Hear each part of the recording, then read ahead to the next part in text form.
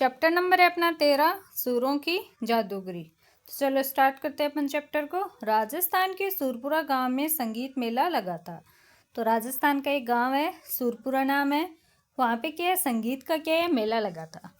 चारों ओर क्या थी, सजावट थी और बच्चे उत्साह से वाद्य यंत्रों को देख रहे थे।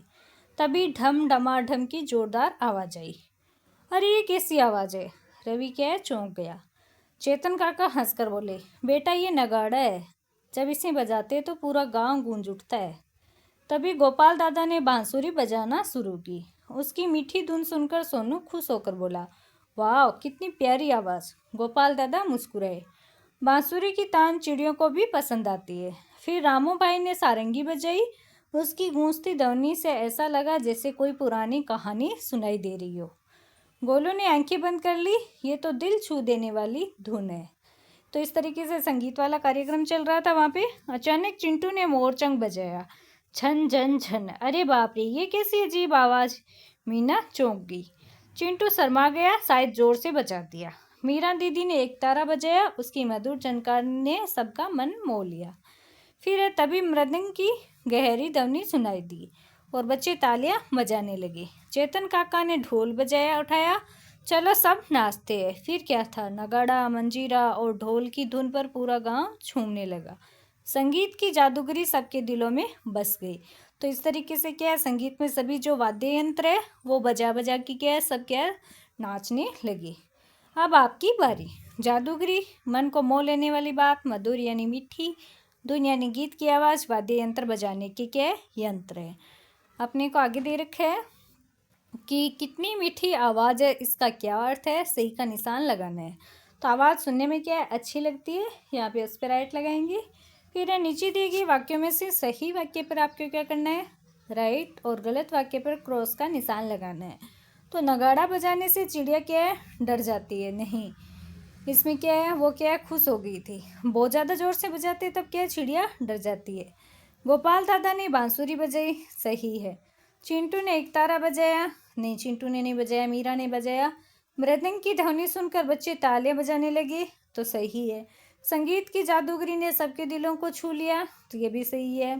नीचे दिए गए वाक्यों में रिक्त स्थान पर सही शब्द आपको क्या करने हैं, भरने हैं। नगाड़ा बजाने से पूरा गांव गूंज उठता है।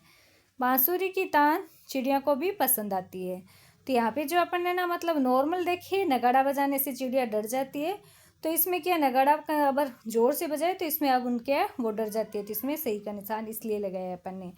फिर है बांसुरी की तान क्या चिड़िया को भी पसंद आती है। सारंगी की ध्वनि में ऐसा लगा जैसे कोई पुरानी कहानी सुनाई दे रही हो।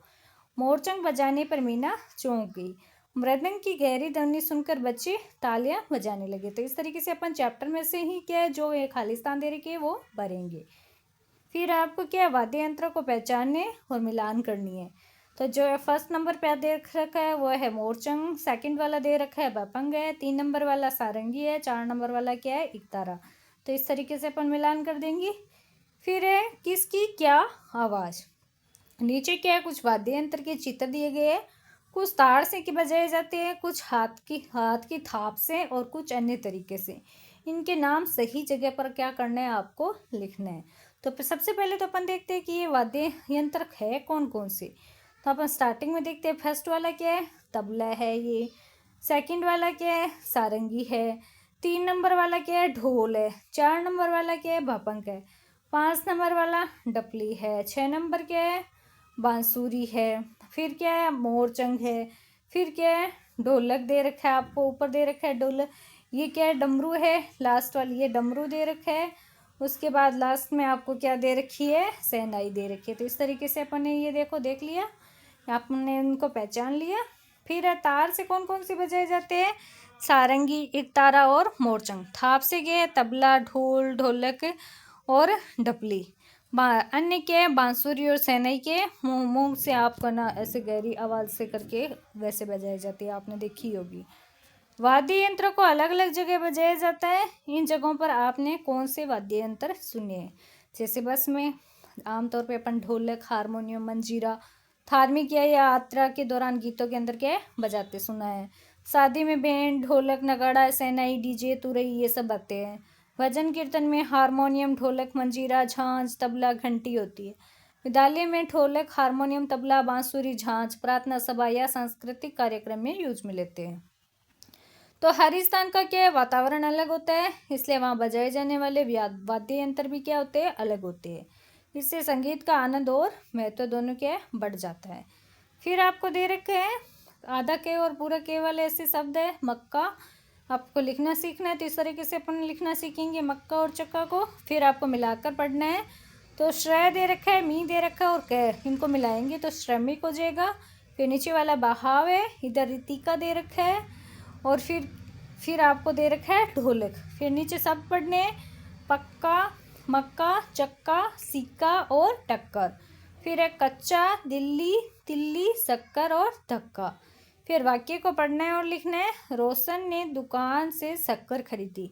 तो अपने को सेम टू सेम वैसा ही लिखना सीखना है। फिर आपको दे रखा है पत्ता, तो इस तरीके से पत्ता और छत्ता अपन लिखेंगे, बाद में आपको मिला के पढ़ना है। तो पहला पहाड़ सुनकर संभालना।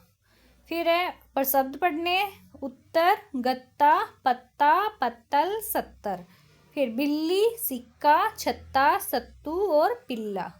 फिर वाक्य पढ़ना है, लिखना है। रिक्की के पास क्या है, 70 पेन है, सेम टू सेम अपन वैसा ही लिखेंगे। आगे आपको अम्मा में आधा में और पूरा में दे रखे है, उसको अपन लिखना सीखेंगे, अम्मा और थमक। फिर मिला के पढ़ना है, पकड़ी, खिलाड़ी, दैनिक और सड़क। शब्द पढ़ना सीखना है, अम्मा, जम्मू, मम्मी, हिम्मत, सम्मान, श्रेणी, पक्का, धमाक, चक्की और पीला। फिर वाक्य पढ़ना है और नए वाक्य बनाना है आपको आगे का। पम्मी और सिमी ने गरम गरम पूरियां तलकर खाई, फिर सभी को खिलाई और सब ने खूब मस्ती की। इस तरीके से अपन क्या आगे का वाक्य पूरा कर लेंगे। जम्मू का सफ़र, तो ये अपन पढ़ेंगे। सिमी और पम्मू क्या है, भाई बहन है। उनकी मम्मी क्या है, जम्मू में रहती है। मम्मी जम्मू के विद्यालय में पढ़ाती है। रविवार के दिन क्या है, सिमी और पम्मू ने क्या है, जम्मू जाने की सोची। तो उन दोनों ने क्या है, जम्मू जाने की सोची। पापा ने रेलगाड़ी की क्या है, टिकट खरीदी। उनके पापा ने क्या है, ट्रेन की टिकट खरीद ली। सिमी ने मम्मी के लिए एक सुनहरी चम्मच खरीदी। सिमी ने क्या है, अपनी मम्मी के लिए एक सुनहरी चम्मच खरीदी।